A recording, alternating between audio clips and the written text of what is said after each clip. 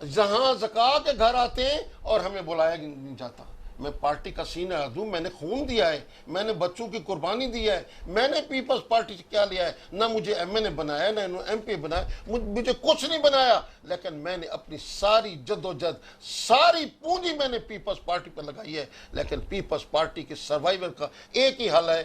عمران خان ہمارے سامنے جو ہے اس وقت اس کی کوئی پولیٹیکل ورتھ نہیں ہے. اس لیے خان صاحب آپ کے جذبات جو ہے وہ آپ کی پاکستان پیپلز پارٹی سے ناراضگی ظاہر کر رہے ہیں، کیا ایسا ہی ہے؟ نہیں، گزارش ہے، میں نہایت دیانتداری والی بات کر رہا ہوں، پیارے محمد مصطفیٰ کے صدقے بات کر رہا ہوں کہ اگر پیپلز پارٹی میں پرانے لوگوں کو، ہم جیسے لوگوں کو نہ بلایا گیا تو پیپلز پارٹی کا فردر سکوپ نہیں ہے.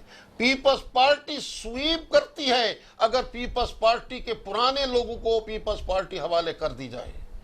اگر آئندہ الیکشن میں دیکھیں، عمران خان نے ملک کو کچھ نہیں دیا کیونکہ اس کے پاس کوئی پروگرام نہیں. عمران خان نے نیب کے ذریعے سیاستدانوں کی تذلیل کی ہے. اس نے نواز شریف نہیں، نواز پارٹی کی تذلیل کی ہے، پیپلز پارٹی کی تذلیل کی ہے تاکہ وہ اپنا سروائیو، کیونکہ اس کے پاس پروگرام نہیں ہے. اگر پروگرام ہوتا تو عمران خان، مہنگائی کے لوگ پس گئے. اتنی مہنگائی ہے کہ لوگ اس وقت ملک میں کوئی حکومت عمران خان کی نظر نہیں آتی. عمران خان کو چاہیے یہ تھا کہ وہ عوام کو ریلیف دیتا، مہنگائی ختم دیتا، بے روزگاری ختم کرتا. انہوں نے جو ایک سکیم بنائی ہے تعمیرات کے لیے کہ بنے بنے مکان دیں گے، تو بنے بنے مکان تو مفت دینے چاہیے. حکومت کا پیسہ ہے، عوام کا پیسہ ہے، عوام پر لگنا چاہیے. تو لہٰذا پیپلز پارٹی کی یہ پالیسی تھی کہ عوام کو بنے بنائے گھر مفت دیں گے. عمران خان کا اپنا کوئی سٹرکچر نہیں ہے، اپنا کوئی سیٹ اپ نہیں ہے. عمران خان خود اس لیے ناکام ہو گیا کہ عمران خان نے، آپ یہ دیکھیں کہ اپوزیشن نے اس نے ایک طرف کر دیا ہے. اپوزیشن ایک طرف بیٹھی ہوئی ہے، عمران خان صاحب حکومت میں رہ کر اپنے بجٹ استعمال کرتے ہیں، مہنگائی کرتے ہیں، کوئی پوچھنے والا نہیں ہے. اس لیے کہ اپوزیشن جب تک یونائٹ نہیں ہوگی، اپوزیشن کو یونائٹ ہونا پڑے گا، عوام کو باہر نکلنا پڑے گا، عوام اپنے حقوق کی خاطر نکلیں گے، کیونکہ عوام اس وقت مہنگائی میں پسے ہوئے ہیں، پریشان ہے عوام کا کوئی آنے والے بجٹ کو کیسا دیکھتے ہیں؟ دیکھیں، بجٹ تو اس وقت کی بات کریں، یہ ہر دن بجٹ بناتے ہیں اور ہر روز مہنگائی کرتے ہیں. ایسے بجٹ کا کیا فائدہ ہے؟ مجھے آپ بتائیں، بجٹ جو بنائیں گے اگلے دن دوسرا بجٹ ہوگا، چوتھے دن تیسری بات ہوگی. کوئی شخص اس حکومت سے متفق نہیں ہے، ہر آدمی ناراض ہیں. عمران خان نے بتائیں، اتنا بڑا حادثہ ہوا ہے پی آئی اے کا، عمران خان کو لحاظ آنا چاہیے تھا کہ وہاں وہ جاتا. ریلوے کا منسٹر جو ہے مستعفی ہو جانا چاہیے. سپریم کورٹ نے کہا کہ تمہیں تو گرفتار کر دینا چاہیے، تمہیں تو ہٹا دینا چاہیے، تم نے ملک کے لیے کیا کیا، اس کو نہیں ہٹایا. یہاں تک کہ آپ یہ دیکھیں کہ بدنیتی بددیانتی پر انہوں نے لوگوں کو ہراس کیا ہوا ہے، تاکہ وکٹمائز کیا ہوا ہے، تاکہ اس کے سامنے مقابلہ نہ کر سکیں. اور یہ ڈراتے ہیں کہ اگر کوئی بولا تو اس کے خلاف پرچہ کر دیا جائے گا. ہم تو قانون دان ہیں، ہمارے تو ہاتھ صاف ہیں، ہم تو عدالت میں بیٹھے ہیں، سپریم کورٹ میں بیٹھے ہیں. ہمارے ساتھ جس دن لڑیں قانون کے مطابق آ کر ضرور لڑائی کر لیں. ہم قانون کی بات کرتے ہیں. بتائیں انہوں نے کرونا کی قانون سازی کی ہے؟ تو آنسر ہے نو. انہوں نے جو پیسے بیٹھے 12,000 روپے، اس کی قانون سازی کی ہے؟ انلیگل ہے وہ سارا کام جتنا بھی کیا انہوں نے. ان کو چاہیے تھا، بے شک انلیگل ہے، لیکن خان صاحب لوگوں کو جو ہے لوگوں ڈیلیور تو ہوئے، مستفید تو ہوئے لوگ اس سے. دیکھیں، ہم یہ نہیں کہتے، ان کو قانون سازی کرنی چاہیے تھی، قانون کے تحت سارا کام کرنا چاہیے. اچھی بات ہے، دینے کی بات ہے، لوگوں کو ملنا چاہیے، لوگوں کے مسائل حل ہونا چاہیے، ہم خوش ہیں اس بات سے. لیکن قانون سازی نہیں ہو رہی. عوام کا جو درد ہے، عوام بیچارے پریشان ہیں. بتائیں، ایک جماعت آئندہ الیکشن میں پیپلز پارٹی کا مقابلہ کرے گی، وہ ہے پیپلز پارٹی. اور پیپلز پارٹی کی تنظیم نو اگر دیانتداری سے کر لی جائے اور پیپلز پارٹی کا سیکرٹری جنرل بدلا جائے، پیپلز پارٹی کی مرکز کی تنظیم بدلی جائے، تمام ڈویژنوں کی تنظیم بدلی جائے، تنظیم نو کی جائے، تو پھر بات بنے گی. ایسی بات نہیں ہے. اچھا خان صاحب، مجھے یہ بتائیے گا کہ بہاولپور میں گزشتہ سال میں جو ہے سید عطیر الحسن ترمیزی کو جو ہے وہ پریزیڈنٹ بنایا گیا سٹی کا، تنظیم کچھ فعال نظر آئی، کیا وجہ ہے کہ ان کا جو ہے وہ نوٹیفیکیشن جو ہے وہ معطل دیکھیں کر دیا یہ گیا؟ گروہی سیاست ہے، یہ کسی کارکن کو اوپر آنے ہی نہیں دیتے جو کار کرنا چاہتا ہے، بات اتنا سا ہے، یہ اس کی نظر ہو جاتے ہیں، جو بندہ کام کرنا چاہتے ہیں۔ آپ بتائیں، میں بیٹھا ہوں، ہر نیشنل ایشو کو میں ٹیک اپ کر سکتا ہوں اور کرتا رہتا ہوں، ٹھیک ہے آپ ڈویژنل کی ذمہ داریاں جو ہے وہ احسن طریقے سے انجام دے چکے ہیں پاکستان پیپلز پارٹی میں۔ جی۔